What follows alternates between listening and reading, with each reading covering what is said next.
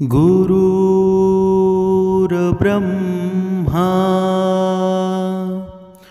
गुरुर्विष्णू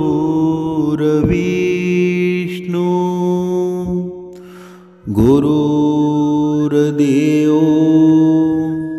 महेश्वरा सद्गुरु साक्षात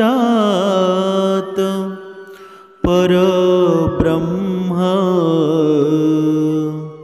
तस्मै श्री सद्गुरुवे नमः। जय जय रघुवीर समर्थ श्रीराम समर्थ। सद्गुरु चरणांना नतमस्तक होऊन आपण या सुंदर सकाळच्या मनमोहक वातावरणामध्ये, या शुभ्र सकाळच्या तेजोमयी वातावरणामध्ये आपण या निरूपणास सुरुवात करूया। मायबाप सज्जनांचं स्वागत आहे। सर्वजण उपासना करूनच्या श्रवणाला बसलेले आहात असं समजून आपण या निरूपणास सुरुवात करूया। समर्थांनी सांगितलेलंच आहे ना, मनुष्याच्या जीवनामध्ये प्रत्येक आईवडिलांकडून आपल्या मुलाकडून एकच अपेक्षा असते। प्रत्येक आईवडील आहेत ना, आपल्या मुलांना चांगले संस्कार दिले तर तो मुलगा आहे ना किंवा ती मुलगी आहे कधीच त्यांना म्हातारपणात धोका देणार नाही। पण आजच्या या कलियुगातील मुलं तशी आहेत का? नाहीत ना। म्हणून अभंगामध्ये सुंदर वर्णनसुद्धा केलेलं आहे। कुळी कन्या पुत्र होते रे जे सात्विक, तयाचा हरिक वाटे जीवा। म्हणजे आपला पुत्र असेल, आपली पुत्री असेल, जर आपण योग्य संस्कारी असू ना, तर आपल्यामध्ये येणारी जी संतान आहे ती सुद्धा संस्कारीच होईल ना। आणि त्याचा हरिक आहे ना, त्याचं मोठेपण परमेश्वराला वाटावं, एवढी संस्कारी मुलं जन्माला हे समर्थ विचार असावे लागतात। पण आपण मात्र टिळा लावायला सुद्धा आपण कंजूसपणा करतो। हा लाल टिळा आहे ना, तो प्रत्यक्ष भगवंताचा टिळा आहे, पण आपण मात्र तो टिळा लावायला सुद्धा कंजूसपणा करतो। कारण हा लाल टिळा आहे ना, तो लाल टिळा म्हणजे साक्षात भगवंताची नजर आहे। आणि ही भगवंताची नजर आहे ना, ती कधीच तुम्हाला धोका देणार नाही। म्हणून बघा, काही सत्संगामध्ये नसूनसुद्धा, भक्ती मार्गामध्ये नसूनसुद्धा हा लाल टिळा लावतात। कारण का? कारण समोरच्याला सुद्धा माहीत आहे या लाल टिळ्यात एवढी पावर आहे ना की समोरचा ॲटोमॅटिक नमस्कार करतो। बघा, जर या लाल टिळ्यामध्ये एवढी पावर आहे तर समर्थ विचारांमध्ये किती ऊर्जा असेल बरं। तुम्हाला वर्णन करता करता माझा पूर्ण दिवस जाईल, पण वर्णन संपू शकणार नाही। म्हणजे हे सामर्थ्य आहे ना, तुम्ही विचार करू शकता।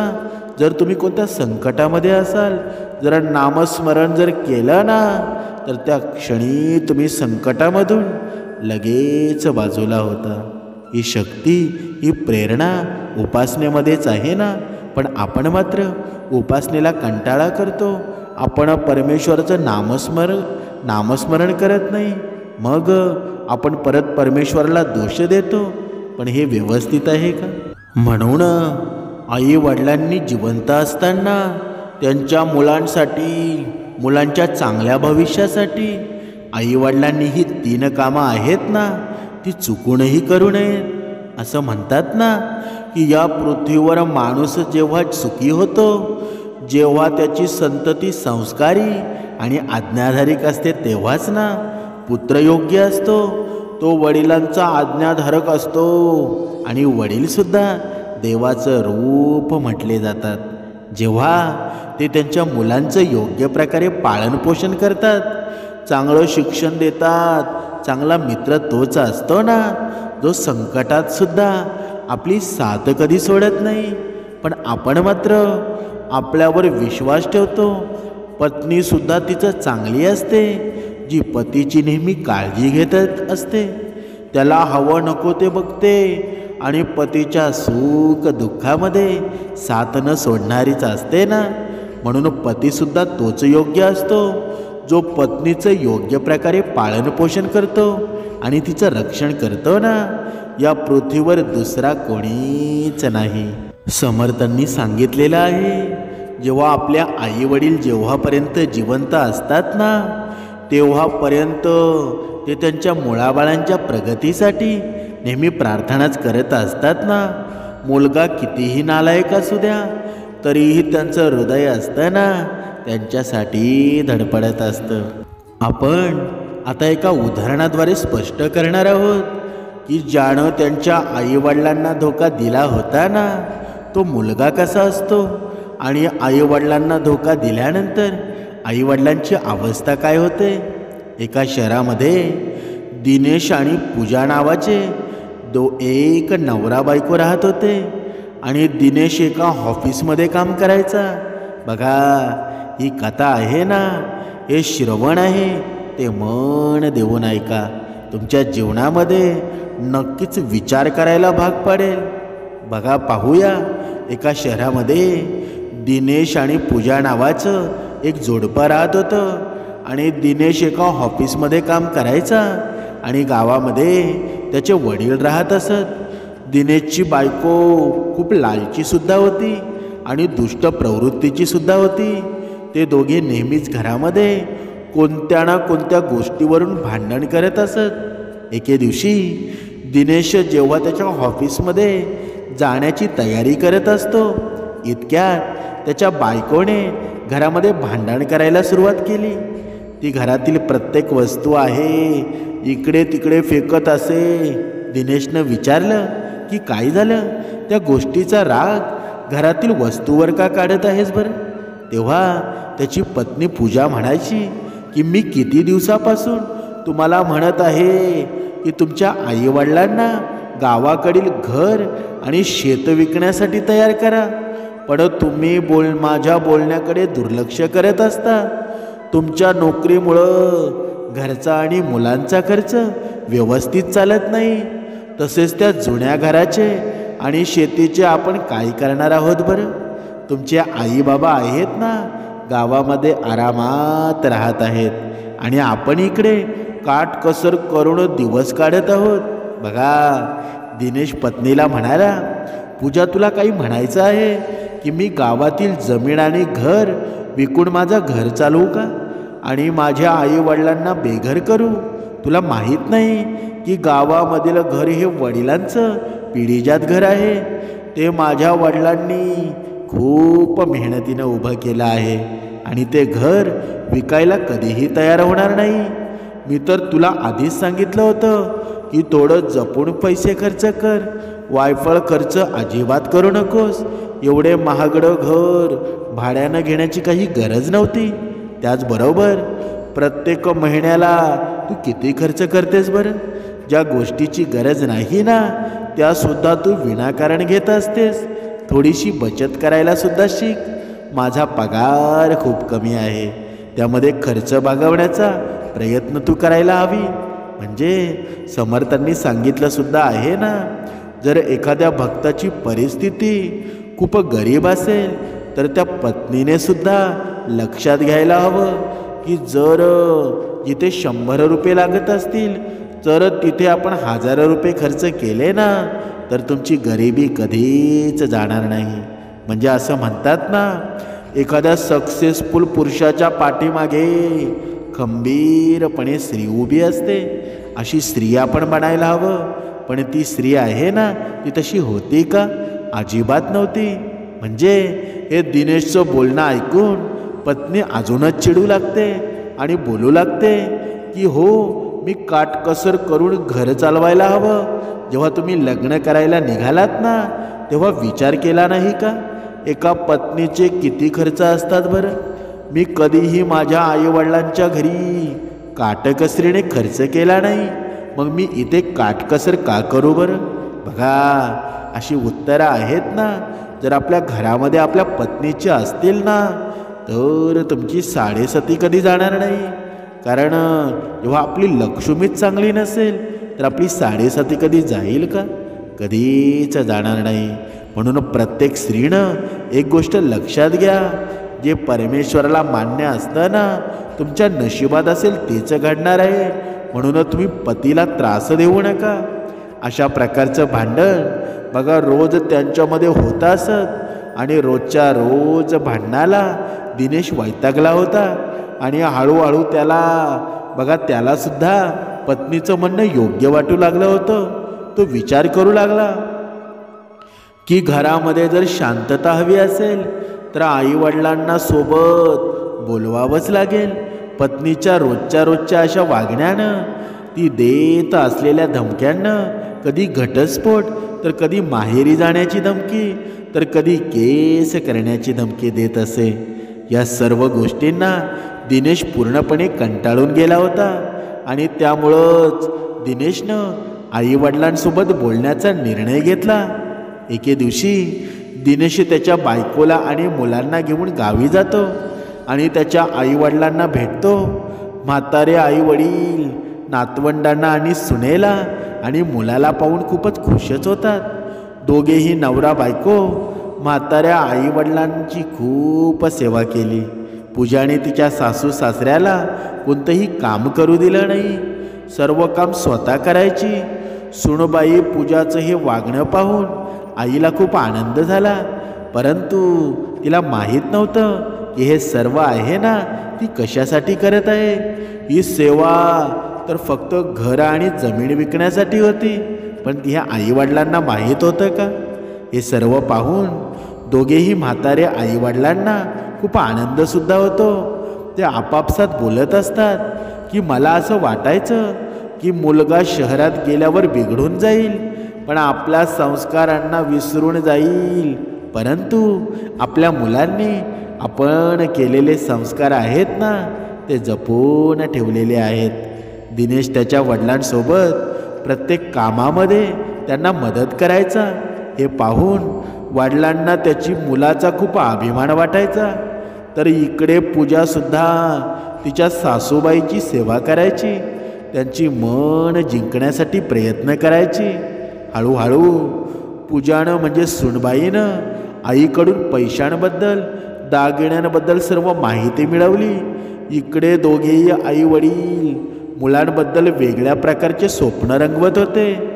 जसा जसा आपण विचार केला होता ना, पण आपला दिनेश आणि सुनबाई त्यापेक्षा चांगली निघालेली आहेत. शेजारी देखील म्हणायचे की तुमचा मुलगा आणि सून किती चांगले आहेत, खूपच संस्कारी आहेत. शहरात जाऊन सुद्धा आपले संस्कार विसरलेले नाहीत. तुम्ही खूप भाग्यशाली आहात की तुम्हाला पूजासारखी सुनबाई मिळाली. हे सर्व ऐकून आईवडिलांना खूप अभिमान वाटायचा. एके दिवशी आईवडिलांनी त्यांच्या मुलाला विचारलं, बेटा दिनेश, तू शहरामध्ये ज्या घरात राहतोस ते घर किती मोठं आहे रे? वडिलांचं बोलणं ऐकून मुलगा उदास झाला. मुलगा हळू स्वरात म्हणाला, बाबा, शहरामध्ये 2 रूमचं भाडं आहे ना, 2 रूमचं घर भाड्याने घेतलेलं आहे. या महागाईमुळं मी जास्त मोठं घर घेऊ शकलो नाही. माझ्या पगारामध्ये मला जितकं शक्य होईल ना एवढंच घेतलं आहे. कारण शहरामध्ये खर्चसुद्धा खूप होतो आणि माझ्या पगारामध्ये घर भाडं, मुलांचं शिक्षण, घराचा खर्च यामध्ये माझा सर्व पगार आहे ना तो खर्च होऊन जातो. त्या 2 रूमच्या भाड्याच्या घरामध्ये मुलं व्यवस्थित अभ्यास करू शकत नाही. म्हणजे मुलाचं असं म्हणणं ऐकून वडील म्हणाले, बेटा दिनेश, तुला शहरामध्ये तर खूपच त्रास होत आहे. त्यामुळं मी एका गोष्टीचा विचार केला आहे की आपण हे घर आहे ना ते विकून शहरामध्ये एक आपल्या स्वतःचं घर घेऊयात. माझा हा विचार आहे ना, तुला कसा वाटला बरं? मुलाला सुद्धा हेच हवं होतं ना. परंतु ते खूपच चांगलं झालं की त्या वडिलांनी स्वतःहून त्यांच्या मनातील गोष्ट म्हणाले. बघा, त्या मुलाला आणि सुनबाईला अत्यंत आनंद झाला. ते विचार करू लागले, आपल्याला तर काही मेहनतसुद्धा करावी लागली नाही. स्वतः सासू सासरेच म्हणू लागले. काही दिवसानंतर दिनेशच्या वडिलांनी त्याच्या वडिलांचं घर विकून शहरामध्ये घर विकत घेतलं. ते दोघेही आई वडील आणि सुनबाई सोबत शहरामध्ये जाऊन राहू लागले. मुलगा आणि सुनबाई आई वडिलांची खूप चांगल्या प्रकारे सेवा करायचे.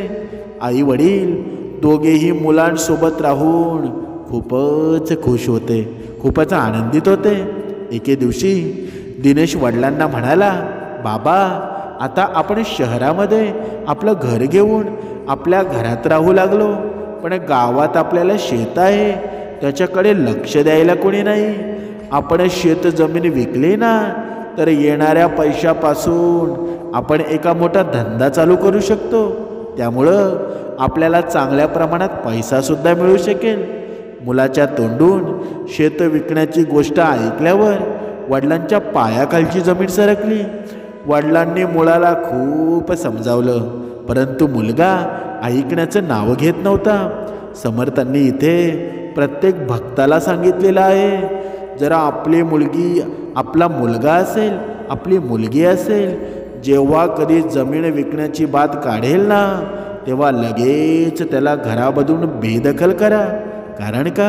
कारण आपल्या बापजात्यांनी, आपल्या परंपरागत म्हणजे आपल्या पंजोबा आजोबांनी ही जमीन ठेवली होती ना, ती विकण्यासाठी ठेवली होती का? पण या कलियुगातला हा कली आहे ना, तो मनुष्याला कधीच चांगलं जीवन जगू देत नाही. म्हणून तेव्हा वडिलांनी विचार केला की काही हरकत नाही, शेवटी आई वडील त्यांची संपत्ती कोणासाठी कमवत असतात बरं? मुलांसाठीच ना. जर मुलगा शेत विकण्याचा हट्ट करत आहे तर त्यानं यामागं काहीतरी चांगला विचार केला असेल. मुलगा आणि सुनेच्या म्हणण्यानुसार त्यांचं शेतसुद्धा विकून टाकलं. शेत विकल्यानंतर मुलाचा आणि सुनबाईचा बघा आई वडिलांसोबत वागण्यामध्ये बदल होऊ लागला. काही दिवसांपर्यंत त्यांचं वागणं ठीक होतं, परंतु हळूहळू त्यांचा व्यवहार होता, त्यांची वागणूक होती ती बदलायला लागली. पैशाची काहीच कमी नव्हती, कारण आता गावातील शेतसुद्धा विकलं होतं. सुनबाई त्या पैशातून नको नको त्या वस्तू खरेदी करू लागली होती. कधी दागिने, कधी साड्या, कधी काय काय विकत घ्यायची. दिवसेंदिवस तिचे शोक वाढत गेले, वायफळ खर्च करू लागली. काही दिवसातच त्या आईची अवस्था होती ना, एका नोकराणीपेक्षा बेकार झालेली होती. एके दिवशी वडिलांनी सुनबाईला समजावलं, हे बघ सुनबाई, तुझी सासू आहे ना, ती दिवसभर घरातील काम करून थकून जाते आणि तू दिवसभर इकडे तिकडे भटकत असते. शेतीचे पैसे जर तू असे खर्च करत राहशील तर सर्व पैसे आहेत ना ते एका दिवसामध्ये संपून जातील. तुझ्या सासूमध्ये आता एवढी ताकद राहिली नाही की ती घरातील सर्व कामं ती एकटी करू शकेल. पूर्ण आयुष्य तिनं कामच करत घालवलेलं आहे. आता तिचं हे आराम करण्याचे दिवस आहेत, तिचाही जरा विचार कर. सासऱ्याचं हे म्हणणं ऐकून सुनबाईनं ताबडतोब उत्तर दिलं आणि ती म्हणाली, तुम्ही हे काय म्हणत आहात? तुम्ही काय फुकटचं इकडे राहण्यासाठी आला आहात का? काम तर तुम्हाला करावंच लागेल. तुमच्याकडे काहीच काम होत नसेल ना तर मग तुम्ही वाटेल तिकडे जा. मला जिकडे वाटेल तिकडे मी जाणार, मला वाटेल तेवढा मी खर्च करणार. तुम्ही कोण आहात बरं मला सांगणारे? सुनबाईचं हे उद्धट बोलणं ऐकून म्हातारे आईवडील गप्प झाले आणि नशिबाला दोष देऊ लागले. इकडे सुनबाईच्या स्वभावामध्ये काही बदल झाला नाही, कारण दिनेशसुद्धा आईवडिलांपासून आता दूर राहू लागला होता. एके दिवशी घरातील काम करत असताना आईची तब्येत अचानक बिघडली तर तिला डॉक्टरकडे सुद्धा नेलं नाही. सुनबाई म्हणाली, तुमची आई नाटकं करत असेल. आई मात्र आजारी असताना सुद्धा घरातील सर्व काम करत होती. दिनेशच्या वडिलांना मात्र आईची खूप काळजी वाटत होती, म्हणून त्यांनी मुलासोबत बोलायचं ठरवलं. वडील म्हणाले, तुझ्या आईमध्ये इतकी ताकद नाही आहे की ती घरातील सर्व कामं एकटी करेल. जर तुझ्या पत्नीकडून घर काम होत नसेल ना तर एखादी नोकराणी का ठेवत नाहीस बरं? त्यावर मुलगा म्हणाला, माझ्याकडे पैसे संपलेले आहेत, मग नोकराणीला पैसे कुठून द्यायचे बरं? घरातील कामं आई आणि पूजा मिळून दोघी सांभाळतील, तुम्ही काळजी करू नका. वडिलांना पश्चाताप होऊ लागला होता. त्यांना समजलं होतं की त्यांनी स्वतःहून पायावर कुऱ्हाड मारून घेतली आहे. सुनबाईनं केलेली सेवा हा एक देखावाच होता ना. जमीन आणि घर विकण्यासाठी केलेलं हे एक नाटक होतं.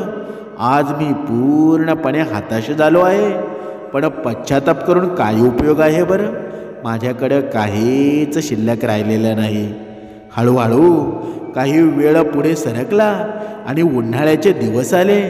उन्हाळ्याची सुट्टी घालवण्यासाठी दिनेश आणि पूजा मुलांना फिरण्यासाठी गेले. म्हातारे आई वडिलांनी घरी एकटं सोडलं.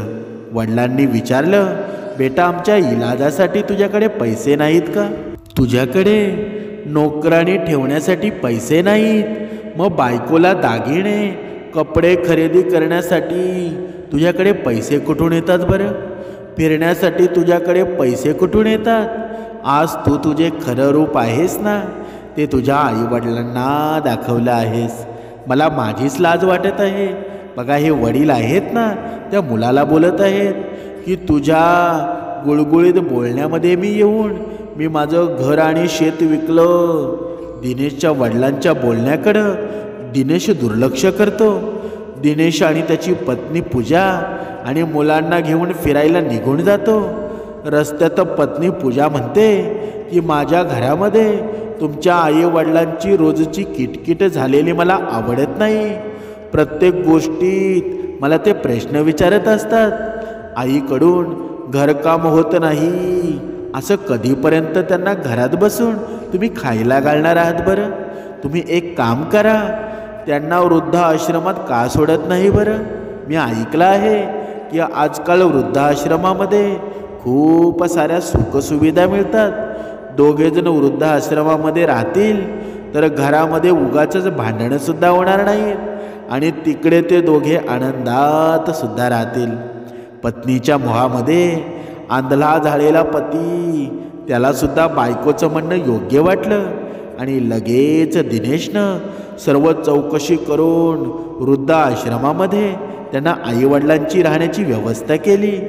उन्हाळ्याची सुट्टी संपून दिनेश घरी आला तेव्हा आईवडिलांचं सर्व सामान, कपडे बॅगा भरून त्यांना घेऊन चालला होता. तेव्हा आईवडिलांनी विचारलं, बेटा दिनेश, आज आम्हाला कुठे घेऊन चालला आहेस बरं? मुलगा म्हणाला, घरात तुमच्याकडून कोणतंच काम होत नाही आणि म्हणून मी तुम्हाला वृद्धाश्रमामध्ये घेऊन चाललो आहे. तिकडे तुम्हाला कामही करावं लागणार नाही आणि तिथे निवांत भेटेल. तुम्ही निवांत राहून तुम्हाला सर्व सुखसुविधा मिळतील.